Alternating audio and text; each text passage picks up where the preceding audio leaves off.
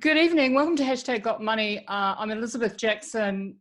All of you know that I'm a property investment strategist. So that's my day job and I love it. I have a number of researchers that I use within my business, and one of them is SQM Research.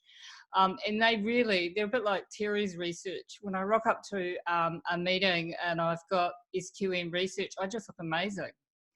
So I want to welcome the director, the owner, and the brains behind SQM Research, Louis Christopher, to #GotMoney. Hey, Louis, welcome. Thank you for joining us.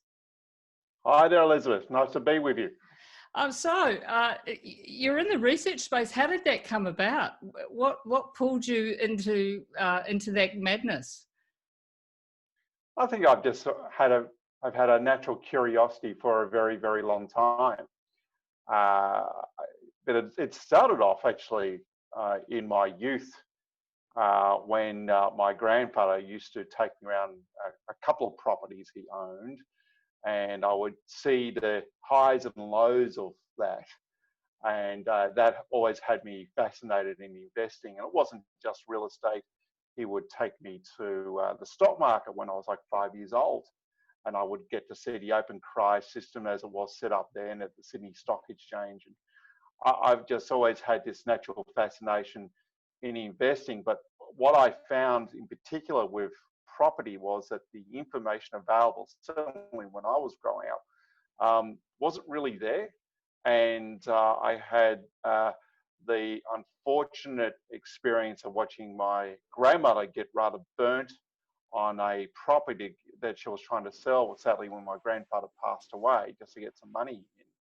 And she got heavily burnt by an unscrupulous property manager in Queensland who duped her into selling a property for about 45% below its true market value, as it turned out, to a mate of his.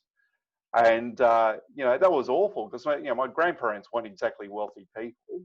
They just middle income earners who managed to store up for two investment properties over their full lifetimes. And, that was crushing. That really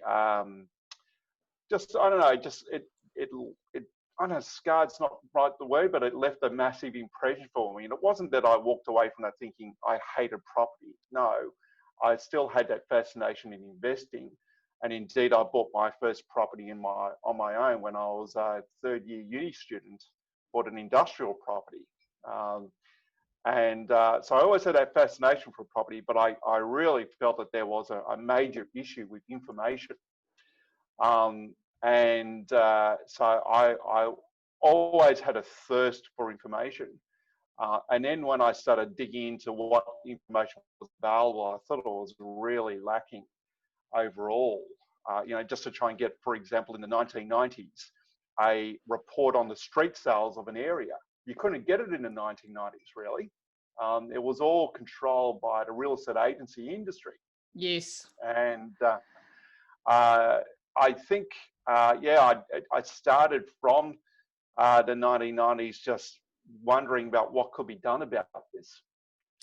And then I think my real break was in 2000 when I landed a role at Australian Property Monitors, as it was known. This was before Fairfax owned it, outright anyway. And I guess that's when my profile started rising, because with getting all this information at my disposal, I could see what could be done with it.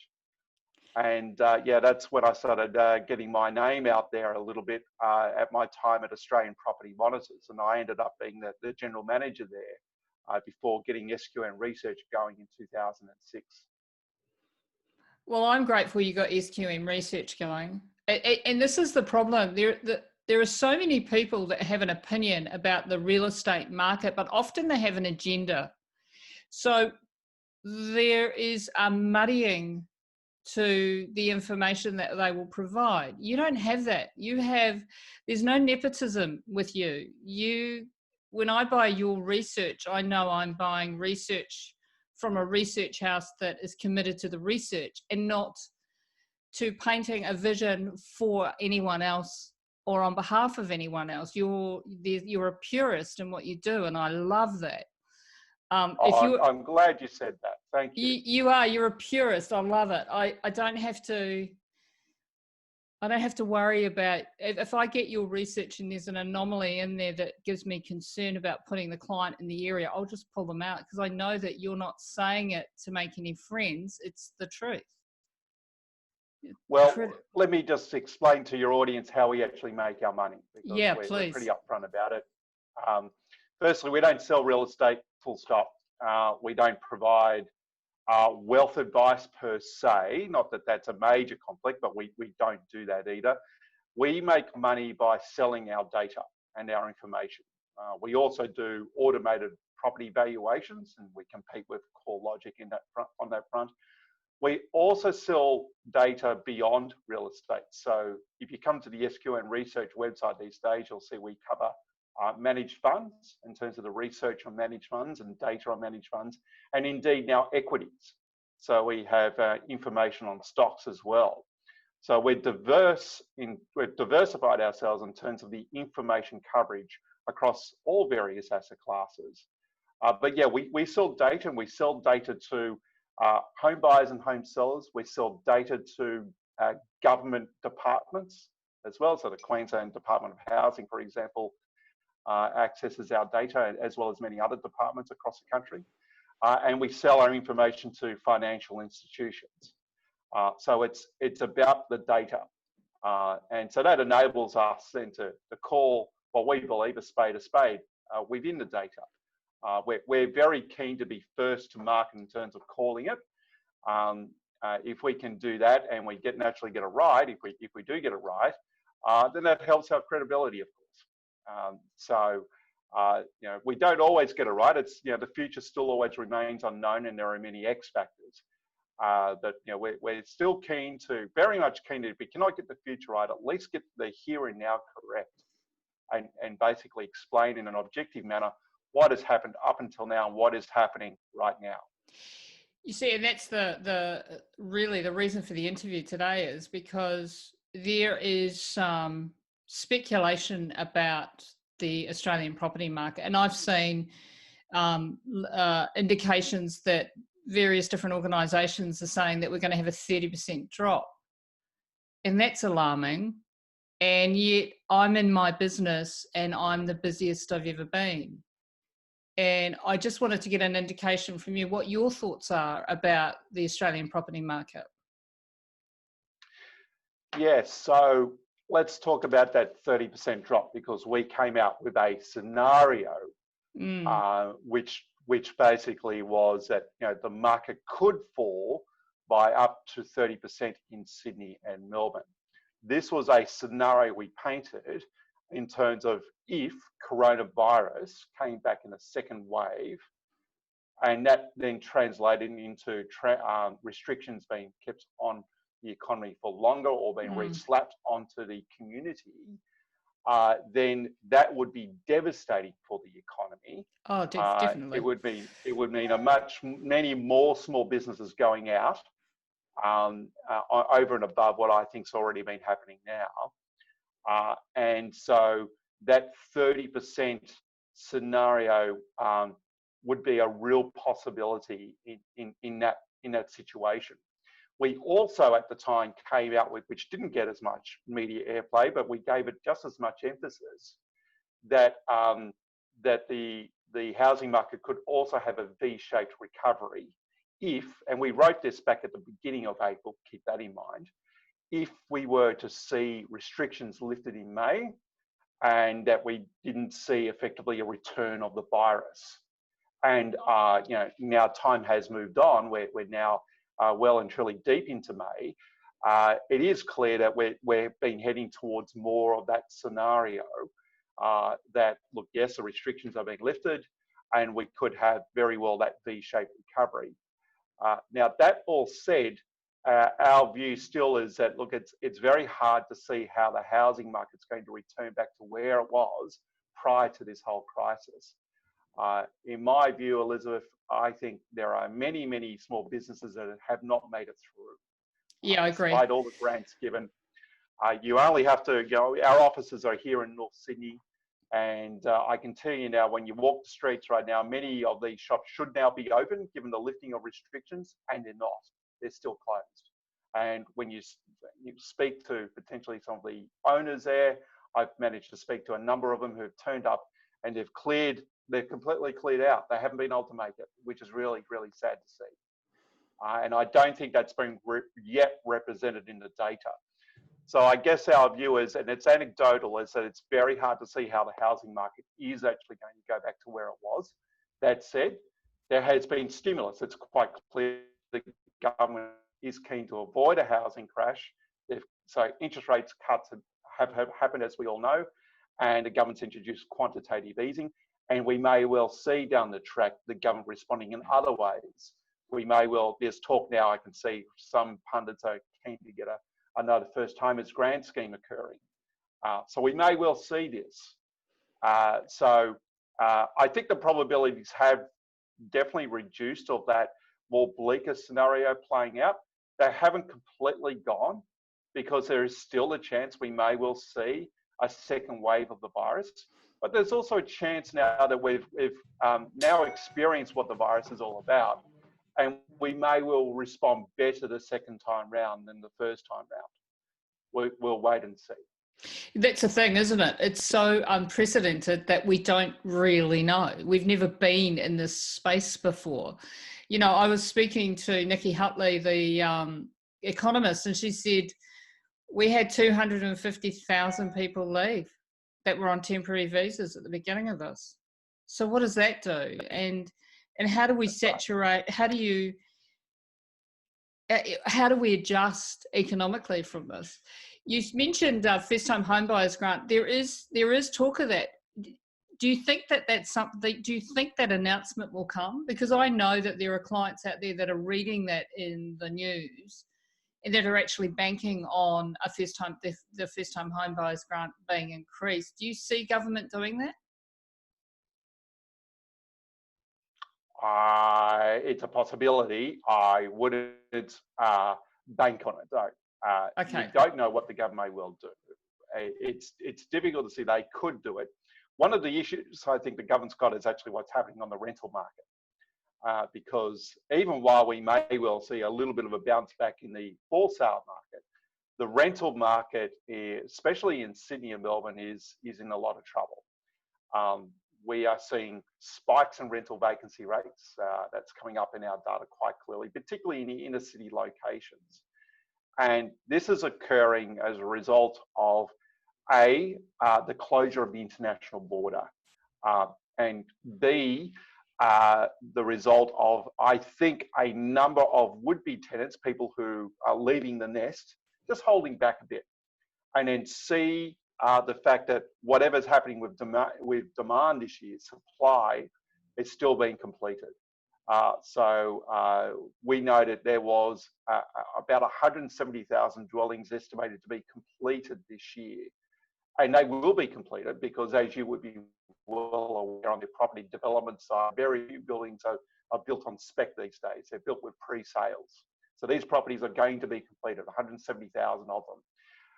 Going back to the demand side, with the international border being closed, that means that we're not getting right now any net migration coming through, and we're not getting any short-term arrivals coming through. And that's been affecting the rental market in two ways. Firstly, those short-term arrivals, many of them take out an Airbnb property when they come here and they visit Australia. Yeah. And so there's been a whole bunch of Airbnb properties with no tenants in them. And how the property owners have been responding up until now is that they've been looking to release their property in the longer-term leasing market. But they haven't had that much success because they're all competing with each other, as well as existing landlords that are already there. And on top of that, the long-term leasing market's been affected by the fact that since we've got net zero migration right now, many of those migrants who normally take out a rental property to begin with in Sydney and Melbourne are just not coming through. So as you can see, the rental market, and in particular landlords, have been hit on multiple fronts in terms of demand and the supply side. And that's the reason why vacancy rates have risen and why on our asking rent series, we're recording some pretty steep declines in a number of areas in Sydney and Melbourne.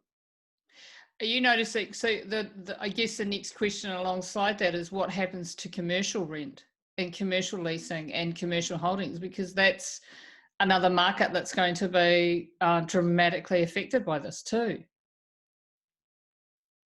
Well, this is true. One would believe that will be affected, especially in light of, I think, that we're going to see a permanent workplace change, which we've actually incorporated here at SQM Research. That permanent workplace change is more and more people working from home as opposed to coming into the office.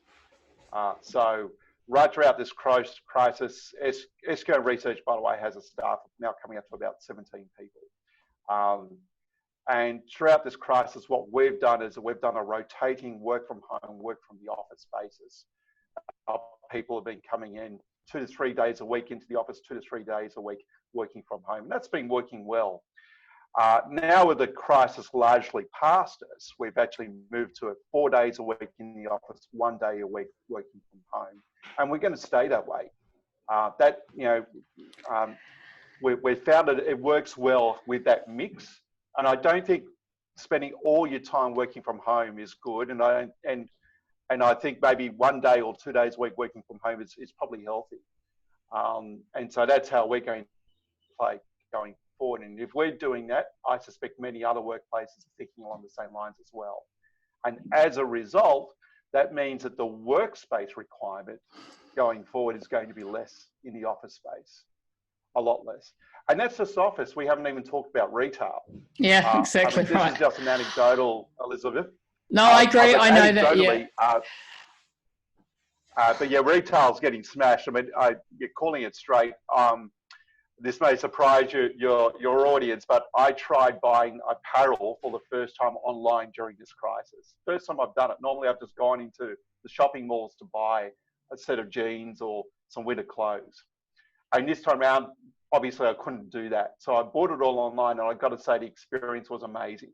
Yeah. The clothes came through within just a few days, and I got exactly what I wanted without having to roam the shops. And I can tell you now, I'm not going back to buying in shopping malls again for my clothes. Just won't do it. It's so clever, isn't it? We've kind of, I'm a New Zealander, and they did the earthquakes in Christchurch, and the whole city shut. And then all of a sudden, we've got businesses moving out of the city, relocating to another environment, and how the people of Christchurch related to that disaster was they just got on. And I see this disaster called COVID doing exactly the same. People are re-emerging as smart business owners that have been nimble enough to get into other industries or to reinvent the wheel that they're currently turning, and getting better at doing things remotely. And it's so nice to drive on the streets of Melbourne and not be clustered in all of this traffic. And I think there's something quite unique about COVID and what it's done for us as a large country. And I hope some of those things stay in place. My concern is, how does that affect those that are owning lots of real estate? And there are a lot of people that are going to be dramatically affected by it. Do you now see the residential market rebounding back well in Melbourne and in Sydney? What are your thoughts? Elizabeth, as you know, one of the leading measures of what's happening in the market right now are auction clearance rates. Yeah. And you might also have noticed that we've now commenced our own auction clearance rate series. And what that data is showing us is that clearance rates have actually rebounded from their all-time lows that we were recording in April. They've picked up. Melbourne's now recording a clearance rate in the mid to high 40s, and Sydney coming to the high 40s as well. Now, that type of clearance rate on its own in absolute terms is still relatively weak, but it has definitely improved from where we were. And I'm just noticing now volumes are starting to pick up. So we're off the canvas when it comes to the housing market. Right. but the clearance rates are suggesting to us we're not yet going back to the level of strength and buyer confidence that we had pre the crisis. You may recall the second half of 2019, it was a pretty strong market following the surprise of federal election win, and where interest rates were. There you go. Say no more, right? But, we're all like, we're like, yeah. It was a bit like that, and the market responded. The market was actually surprised by the election win, and the confidence really picked up. And it's hard to see how we're going to get to that level without, number one, I think the international border needs to reopen. So yes. Net migration needs to open up. I mean, I have different personal views on that, but from a purely market, looking at what the market would require to get back to where it was, you would need to see that happen. Interest rates, where they are definitely stimulating the market, there's no question property investors in particular will respond to that. So that may well give the market a bit of a run, not forsaking the rental issues that we've just discussed. And that's the key. The rental issues we've discussed, I think, will put a bit of a cap on things. Because as a property investor, you've got a question right now, are you going to be able to find a tenant, particularly if you're looking at buying a property in the inner rings of Melbourne and Sydney right now? It's definitely a tenant's market. So that may put a little bit of a cap on things, as well as what happens with unemployment. So we've done long-term modelling to show that, look, once you see unemployment get up to over 7-8%, it's a negative for the housing market. So if we were to see a sustained period where unemployment stays above 7 to 8%, once again, it's really hard to see how the housing market's going to really take off in any major meaningful way. So I see at the moment, the probability suggests a bit of a V-shaped recovery, but a bit of a cap as well. So we may well see clearance rates pick up from here a little bit, but it's hard to see it getting back to where we were. And potentially we could finish off the year where Sydney and Melbourne might record, say, single percentage digit rises, maybe 3 to 4% net out of everything. And if that does happen, well, that's probably a good result for property owners in the scheme of things. Yeah, that's a great result. So if you're an investor sitting at home right now and you want to buy, what market do you walk into? Is it you wait for the rental market to, you go and pick up a couple of cheap apartments in the city, or where are you going? Where are you spending your money? Well, the thing is right now, the difficulty for property investors is that the market hasn't really cratered during this downturn. I mean, yes, volumes have taken a big hit. In my view, there has been some price falls, but it hasn't crashed. And so we're not really seeing a lot of bargains in the data. So vendors have been holding out because there hasn't been a lot of forced sales. As we all know, the banks put a bit of a moratorium on mortgaging possessions. And they've still got that moratorium on today. Now, of course, there is a question is what happens when we see that 6-month moratorium being lifted? Will the banks do mass repossessions? And the jury's out on this one. We don't know for sure. But I would suggest that it would not be in the bank's interest to do mass repossessions, because that would smash the market and then only hurt their own book. Oh, it'd destroy the market. If they went and did that, it would destroy the market. It would be finished. And would only hurt themselves. Oh yeah, and absolutely. And of course, we all know that, that there's been, banks have been playing an increasing social role in all this as well. Oh, they've been playing so nicely, haven't they, Louis? Oh, they have. So for them to suddenly turn around and say, look, we'll